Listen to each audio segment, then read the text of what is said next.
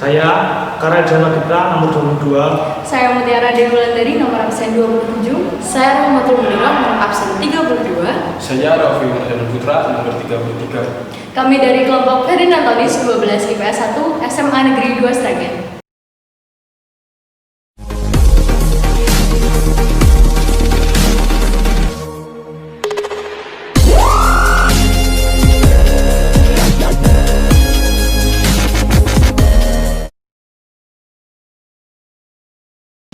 Hai teman-teman, pada video kali ini saya akan membahas apa itu perubahan sosial. Perubahan sosial dapat terjadi karena manusia selalu memiliki rasa ingin tahu dan rasa ketidakpuasan terhadap keadaan dan situasi yang ada. Dan mengapa perubahan itu perlu terjadi? Karena seiring berjalannya waktu dan perkembangan ilmu teknologi semakin mendesak manusia untuk melakukan perubahan. Apa itu perubahan? Menurut Samuel Kuning, perubahan yang merujuk pada modifikasi-modifikasi yang terjadi dalam pola-pola kehidupan manusia dari faktor intern dan ekstern. Menurut Sela Somarjan, perubahan sosial adalah perubahan yang terjadi pada lembaga kemasyarakatan di dalam suatu masyarakat yang mempengaruhi sistem sosialnya.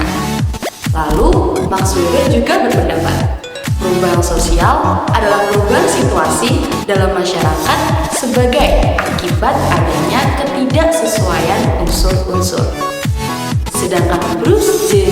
Cohen juga berpendapat, perubahan sosial adalah perubahan struktur sosial dalam organisasi sosial sehingga syarat dan perubahan itu adalah sistem sosial, perubahan hidup dalam nilai sosial dan masyarakat. Jadi, perubahan sosial adalah perubahan yang terjadi pada lembaga-lembaga kemasyarakatan dalam suatu masyarakat yang mempengaruhi sistem sosial termasuk nilai, sikap sosial, dan pola perilaku di antara kelompok-kelompok dalam masyarakat. Teori-teori dalam perubahan sosial. Yang pertama adalah teori siklus dalam perubahan sosial. Teori siklus melihat perubahan sebagai sesuatu yang berulang-ulang seperti yang digambarkan pada pola berikut ini. Yang kedua adalah teori evolusi atau teori pengembangan. Teori yang memfokuskan pada perubahan-perubahan dan perkembangan struktur jasmani, perilaku, dan fungsi mental pada manusia dalam berbagai tahap kehidupannya mulai dari lahir hingga menjelang kematiannya. Yang ketiga adalah teori gerakan sosial. Tindakan sekelompok yang merupakan kelompok informal yang berbentuk organisasi besar atau individu yang berfokus pada isu sosial dan politik dengan melaksanakan, menolak, atau mengkampanyekan sebuah perubahan sosial. Yang terakhir adalah menjelaskan tentang proses transformasi dari masyarakat tradisional ke masyarakat modern, yaitu adalah teori modernisasi. Faktor-faktor penyebab perubahan sosial. Faktor penyebab internal perubahan sosial. Yang pertama adalah rasa tidak puas terhadap keadaan dan situasi yang ada, karena setiap manusia mengalami perubahan yang baik maupun yang lambat. Yang kedua adalah sikap terbuka dari masyarakat terhadap hal-hal yang baru, baik yang datang dari luar maupun dari dalam masyarakat. Yang ketiga adalah sistem pendidikan yang memberikan nilai-nilai tertentu bagi manusia untuk meraih masa depan yang lebih baik sehingga banyak penemuan-penemuan yang baru.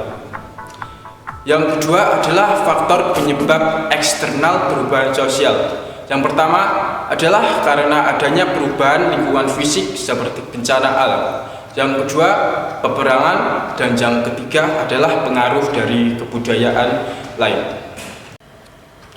Dalam masyarakat, perubahan sosial menggambarkan proses perkembangan masyarakat dan berakibat perubahan di berbagai bidang kehidupan. Ini berarti perubahan sosial menjalar ke berbagai bidang kehidupan. Contohnya, perubahan dalam bidang ekonomi yang akan kita bahas pada video kali ini. Seperti yang kita tahu, perubahan sosial adalah keniscayaan, yang artinya cepat atau lambat kita akan mengalami yang namanya perubahan.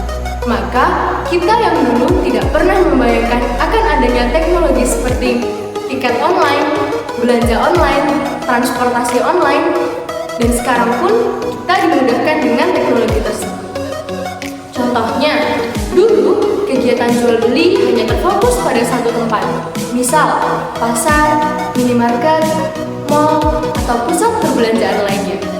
Jadi, pembeli harus datang ke tempat tersebut bila harus berbelanja. Sedangkan untuk penjual harus menyewa kios atau outlet bila harus berjualan. Dan biayanya tidak murah loh teman-teman. Rasa tidak puas terhadap kondisi tersebut akhirnya membuat masyarakat berpikir bagaimana cara menciptakan teknologi baru untuk mempermudah kegiatan jual beli mereka. Maka muncullah teknologi belanja online.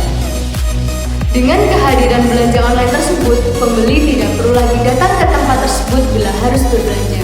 Sedangkan untuk penjual tidak perlu lagi menyewa kios atau outlet bila harus berjualan. Namun, tentunya masyarakat juga perlu yang namanya menyesuaikan diri dengan kehadiran teknologi belanja online agar beradaptasi dengan baik. Meskipun pusat perbelanjaan masih ramai dikunjungi oleh masyarakat, namun kehadiran belanja online ini sangat berguna bagi masyarakat yang tempat tinggalnya belum memiliki yang namanya pusat perbelanjaan yang lengkap. Oke teman-teman, kita bisa katakan bahwa muncul dan berkembangnya sistem belanja online sekarang ini dikarenakan adanya rasa tidak puas terhadap situasi dan keadaan sebelumnya, sehingga muncullah keinginan masyarakat untuk menciptakan pembaharuan yang berkaitan dengan perdagangan di era digital. Kemudian, karena sikap terbuka pada hal-hal baru dan kebutuhan masyarakat yang semakin banyak, aplikasi belanja online bisa berkembang hingga saat ini. Selain itu, berkembangnya sistem belanja online ini dikarenakan adanya upaya masyarakat untuk menyesuaikan diri dengan perkembangan teknologi informasi yang kemajuannya sangat pesat. Makanya, bagi yang sulit menyesuaikan diri akan mengalami kesulitan. Berkaitan dengan kasus tersebut, pedagang pun perlu beradaptasi dengan adanya perubahan ini.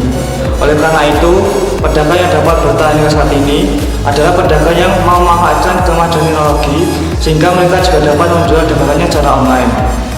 Dengan kemajuan teknologi, tentunya berpengaruh juga terhadap alat pembayaran yang digunakan. Mulai dari yang pertama adalah barter. Barter atau disebut juga uang barang, yaitu kegiatan tukar-menukar yang terjadi tanpa perantara uang. Yang kedua adalah uang logam dan uang kertas. Uang logam dan uang kertas adalah uang yang digunakan untuk pembayaran langsung dan masih digunakan sampai saat ini. Dan seiring berkembangnya teknologi yang semakin besar, pembayaran dapat dilakukan oleh banyak hal, dimanapun, kapanpun, tanpa harus kita bertemu dengan pihak penjual. Contohnya, ketika Ani membeli pakaian di online shop, ia bisa melakukan transaksi secara online. Dengan demikian, walaupun pada awalnya digunakan untuk menghasilkan hasil yang positif, di sisi lain juga digunakan untuk hal yang negatif. Di sini saya akan menjelaskan tentang dampak positif belanja online bagi konsumen. Yang pertama adalah lebih cepat, mudah, dan praktis dalam pembelian. Yang kedua, pilihan produk atau layanan yang terus ditingkatkan. Yang ketiga, semakin banyak manusia bekerja dan beraktivitas di rumah dengan menggunakan internet dan tidak mengganggu pekerjaan mereka. Yang terakhir adalah lebih efisien dalam memanfaatkan waktu. Dampak negatif belanja online bagi konsumen. Yang pertama adalah kualitas barang tidak sesuai dengan gambar. Yang kedua, tambahan biaya dalam melakukan transaksi. Yang ketiga, menimbulkan perilaku konsumtif. Yang keempat, membuat orang malas untuk beraktivitas. Kesimpulan dari pembahasan di atas adalah perubahan sosial membuat dampak di berbagai kalangan suatu negara. Salah satunya di bidang ekonomi. Laju perkembangan dalam hal belanja online dan transaksi online saat ini tidak bisa terbantahkan. Tinggal kita sebagai masyarakat bagaimana cara menyikapi dan menggunakannya serta tidak menyalahgunakannya. Menurut kami, all-shop dan transaksi online merupakan sebuah inovasi dan terobosan baru yang sangat unik dan bagus. Sekian pembahasan dari kami tentang perubahan dan pengaruh positif serta negatif perubahan sosial di bidang ekonomi. Sekian dan terima kasih.